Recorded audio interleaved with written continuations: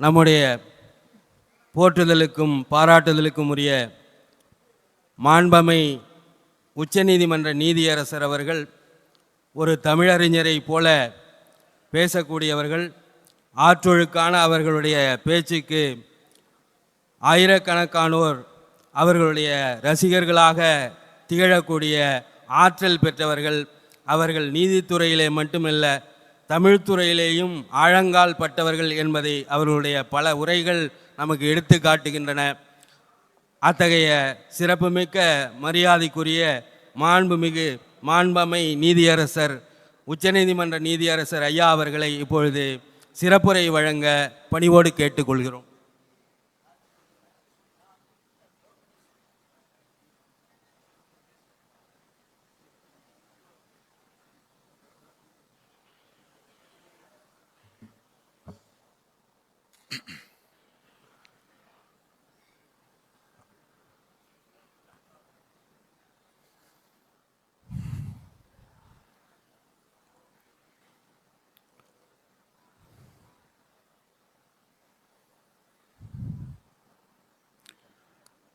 திருக்கயிலாய பரம்பரை நந்தி மரபு மெய்கண்ட சந்தான தர்மயாதீனத்தின் 27வது குருமகா சந்நிதானம் அவர்களுடைய மணி விழாவில்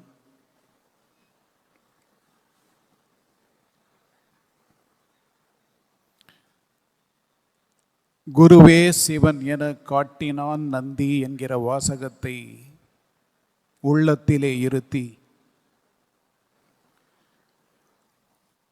குருமகா சந்நிதானம் அவர்களுக்கு வாழ்த்துரை வழங்கிய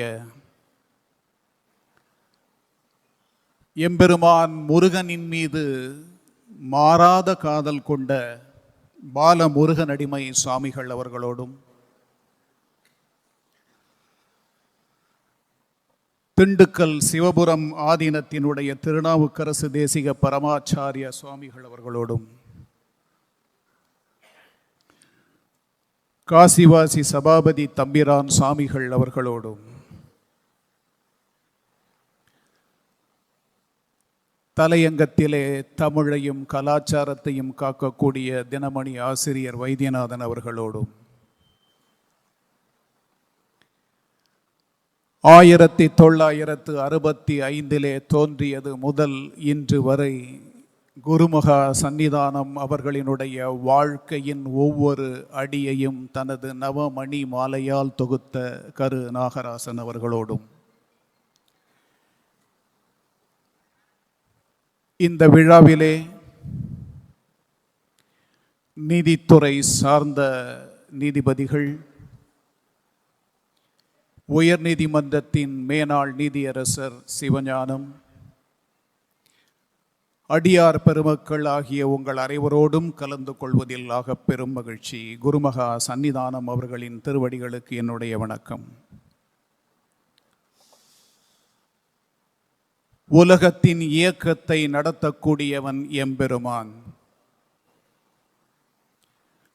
அந்த பெருமானின் திரு உருவத்தை உங்கள் கண் முன்னால் நிறுத்தினால் பல நூற்றாண்டுகளுக்கு முன்பு எழுதப்பட்ட ஒரு பாடலால் அந்த உருவம் உங்கள் கண் முன் கொண்டு வரவியலும். ஒரு கால் ஊன்றி, ஒரு கால் ஏற்றி, ஒரு கை அமைத்து, மறு கை மறித்து, இருகையில் ஆக்கமும் இறுதியும் சேர்த்து, அரு உரு ஆக்கும் அம்மை கூத்து ஆட்டப் பெருவழி நடிக்கும் பெருமான் என்று நடராஜ பெருமானின் அந்த அற்புதத்தை எடுத்து சொன்னால், இந்த உலகத்தின் அசைவு பெருமானின் அசைவிலே இருக்கிறது. அணுக்கதிர் தத்துவத்தால் ஆகி நிற்கக்கூடிய இந்த உலகத்தின் அசைவு பெருமானின் அசைவு என்று கொண்ட காரணத்தினால் திருமுருக பெருமானுக்கு எழுந்த ஒரு சந்தேகத்தை ஔவை பிராட்டி தீர்த்து வைத்தாள். திருமுருகன் ஔவையிடம் கேட்டான், பெரிதினும் பெரிது எது என்று சொல் என்று கேட்டான். தமிழை தானாக மாற்றி காட்டிய அந்த மூதாட்டி சொன்னாள், பெரிது பெரிது புவனம் பெரிது. இந்த உலகம் இருக்கிறதே, இந்த உலகம்தான் மிக பெரியது என்று சொன்னால், இந்த உலகத்தை படைத்தவன் நான் முகன் என்று அறியப்படுவான். ஆதலினால் உலகத்தை காட்டிலும் நான்முகன் பெரியவன். நான்முகன் பெரியவன் என்றால் அந்த நான்முகன் திருமாலின் வயிற்றிலிருந்து தோன்றியவன். அதனால் அவன் திருமாலின் உள்ளே அடக்கம். நான்முகனை காட்டிலும் திருமால் பெரியவன். அந்த திருமால் இருக்கிறானே, அந்த திருமால் அலைக்கடலிலே துயில் கொள்ளக்கூடியவன். அதனால் அலை கடல் அவனை காட்டிலும் பெரிது. அவன் கடலினுள் உள்ளடக்கம். கடல் பெரியது என்று சொன்னால் அந்த கடல் இருக்கிறதே, அது குறுமுனி என்று அறியப்பட்ட அகத்தியனின் அங்கையில் அடக்கம். கடல் அகத்தியனிடம் அடங்கும். அந்த அகத்தியன் இருக்கிறானே, அவன் சிறு மண் துளிகளால் செய்யப்பட்ட கலசத்தில் இருந்து தோன்றியவன். அதனால் அவன் கலசத்தில் அடக்கம். அந்த கலசம் உருவாகிய மண் இருக்கிறதே, இந்த பூமி, பூமிக்குள் அடங்குகிறது கலசம் என்றால் அந்த பூமி அரவின் தலையின் ஒரு சிறு பாகம். பூமி அரவின் தலையின் சிறு பாகம் என்று கொண்டால் அந்த அரவு இருக்கிறதே, எம்பெருமானின் ஒரு பாகத்தில் ஒடுக்கமாக இருக்கிறாளே அம்பிகை, அந்த அம்பிகையின் சிறு விரல் மோதிரம். அம்பிகை இருக்கிறாளே, உலகத்தையே கட்டி காக்கக்கூடிய எம்பெருமானின் ஒரு பாகத்தில் அடக்கம். அதனால் எம்பெருமான் தான் உலகத்தில் மிக பெரியவன் என்று சொன்னால், அதை தாண்டி மற்றொன்று சொன்னால், அந்த பெருமான் இருக்கிறானே, அவன் அன்பர்களின் உள்ளத்தில் அடக்கம். எவன் ஒருவன் மனம் குழைய குழைய நெக்கு உருகி இவன் தான் இறை என்று அறிந்து அவனிடம் அடைக்கலமாகிறானோ, அந்த அடியானின் உள்ளத்திலே எம்பெருமான் அடக்கம் என்று அந்த பாடலுக்கு விளக்கம் சொன்னாள். ஆதலினால் உலகத்தையே தன் விரல் நுனியிலே கட்டி நிலைநிறுத்தக்கூடிய அந்த பெருமான் அடியார்களுக்கு அடங்கி நிற்பான். திருமூல பெருமான் அதனால் தான் சொன்னான், அடியார் அடியார் அடியார்க்கு அடிமைக்கு அடியனாய் நல்கிட்டு அடிமையும் பூண்டேன், அடியான் அருளால் அவன் அடி தேட அடியான் இவன் என அடிமை கொண்டானே என்று அடியவர்களினுடைய சிறப்பை திருமூல பெருமான் உயர்த்தி காட்டினான். இப்படி தனக்கான அடியார்களை இறைவன் தானாகவே தோற்றுவிப்பான். திரு எருக்கத்தம்புலியூரிலே அப்படிப்பட்ட ஒரு அடியாரை தோற்றுவித்தான். எருக்கத்தம்புலியூரிலே தோன்றி வளைய மாதேவியிலும் தோணிபுரம் பிரம்மாபுரம் கழுமல வள நகர் என்று அறியக்கூடிய சீர்காழி திருத்தலத்திலே தனது இளமை காலங்களை கழித்து, இறைவன் என்றால் என்ன, தான் யார், எனக்கும் இறைக்குமான அந்த தொடர்பு எது என்கிற தேடலின் மூலமாக தன் வாழ்க்கையை நகர்த்தி செல்ல வேண்டிய அந்த இளைஞனுக்கு துறவின் மேன்மை தெரிகிறது. இதுதான் துறவு, இதுதான் இறை, இதுதான் நான். என்னை நான் உணர்ந்து எண்ணிலிருந்து விலகினால் எதிரில் இருப்பவன் நானாக தெரிவேன். நான் நானாக தெரிந்தால் அது இறையாக மாறும், இறையோடு இணைவேன் என்ற தத்துவம் துறவிற்கு சொன்னார்கள் அல்லவா? அந்த தத்துவத்தை உணர்ந்த காரணத்தினால் 23வது வயதிலே துறவு. 23வதிலே துறவு நிலை வேண்டுமென்றால் கண்முன் வந்து நிற்கிறது தருமை ஆதீனம் என்கிற ஆன்மீக பேரொளி. தருமை ஆதீனத்தின் குருமகா சன்னிதானம் 26வது சன்னிதானம் அவர்கள் மன எதிரிலே வந்து நின்றால் அவர்களின் அடிபற்றி அந்த சன்னிதானத்திலே இணைய முடியும் என்றால், இணைந்த அந்த காலகட்டத்திலேயே பிரபந்தங்களையும் பல்வேறு பாக்களையும் பாராயணம் செய்து ஒரே நாளிலே அவர் முன்னால் ஒப்பித்து காட்ட முடியும் என்றால், எங்கிருந்து வந்தது இந்த ஒளி என்ற சிந்தனை அந்த 26வது குருமகா சன்னிதானத்துக்கு தோன்றும். தோன்றிய அந்த சிந்தனை காசி மடத்திற்கு காருபாரு சுவாமிகளாக அவரை நியமிக்கலாம். இந்த தமிழகத்திலே இருக்கக்கூடிய பல்வேறு கிளை மடங்களுக்கு அவரை தலைவராக்கலாம். ஆலயங்கள் தோறும் சென்று தரிசனம் செய்து வரச் சொல்லலாம். உலகமெங்கும் சென்று சிவத்தலங்கள் எங்கு நிறைந்திருக்கின்றனவோ அந்த தலங்களை பார்க்க சொல்லலாம். சைவம் எனும் மாபெரும் உலகத்தின் புகழை பரப்ப சொல்லலாம். 27வது குருமகா சன்னிதானத்தின் வாழ்வின் முதல் பகுதி. 2வது பகுதி துவங்குகிறது. பராமரிப்பு இன்றி நிற்கக்கூடிய திருத்தலங்கள் ஒவ்வொன்றையும் தேடிச் சென்று பார்க்கலாம். பார்வையினால் எழக்கூடிய எண்ணங்களை அந்த திருத்தலங்களை பராமரிப்பதின் மூலம் நிறைவேற்றலாம். பல தலங்கள் புத்துயிர் பெற்று இறை ஒளி வீசி நிற்கும். தேடிச் செல்லக்கூடிய தலங்களின் பெருமையை சைவ உலகத்திற்கு சொல்லலாம். பாடல் பெற்ற தலங்கள் 267, வைப்பு தலங்கள் 189, தமிழகத்தின் மூலை முடுக்குகள் எல்லாம் 42,000 கோவில்கள் நிறைந்திருக்கிறது என்று சொன்னால் அந்த திருத்தலங்களின் பெரும்பான்மையவற்றை தேடி தேடி சென்று அலைந்து திரிந்து சிவபெருமானின் உன்னதமான தரிசனத்தை பெறலாம். இந்த சூழல்தான் 2017ஆம் ஆண்டு அவரை இளவரசு பட்டம் என்ற நிலைமைக்கு நகர்த்தி செல்கிறது. பெருமானுக்கு தெரியுமல்லவா, காலமும் நேரமும் அவனால் நிர்ணயிக்கப்படும். 2017 இளவரசு பட்டம் தாங்கி 26வது குருமகா சன்னிதானத்தின் பரிபூரண அருளை பெற்று கைலாய யாத்திரையை 4 முறை நடத்தி காட்டவியலும். மானசரோவரை சென்று தரிசிக்கலாம். வடநாட்டிலே எழுந்து நிற்கக்கூடிய திருத்தலங்களிலே அமர்ந்திருக்கக்கூடிய இறைவனின் அருட்கடாட்சத்தை பெறலாம். எங்கெங்கெல்லாம் அடியார்கள் நிறைந்து நிற்கிறார்களோ, கோன்றிருக்கிறார்களோ அங்கெல்லாம் சென்று சிவத்தின் பரம்பொருளின் பெருமையை எடுத்துச் சொல்லலாம். கும்பாபிஷேகங்களை நடத்தி காட்டலாம். தர்ம ஆதீனத்தின் ஆளுமைக்கு உட்பட்ட திருக்கோவில்களிலே பராமரிப்பு பணிகளை மேற்கொள்ளலாம்.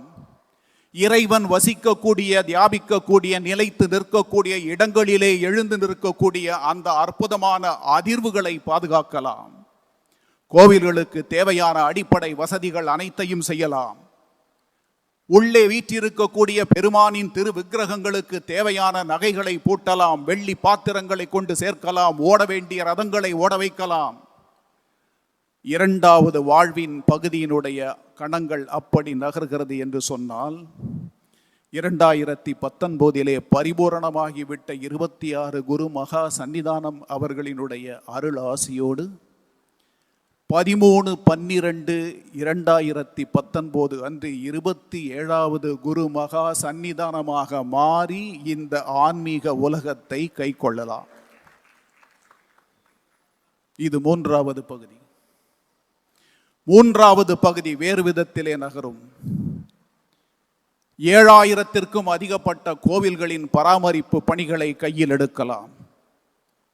திருத்தலங்கள் நிறைந்திருக்கக்கூடிய மாவட்டங்கள் தோறும், கோவில்கள் தோறும் இந்த ஆதீனத்திற்கான அடிப்படை வசதிகளை உருவாக்கலாம். கட்டிடங்களை எழுப்பலாம்.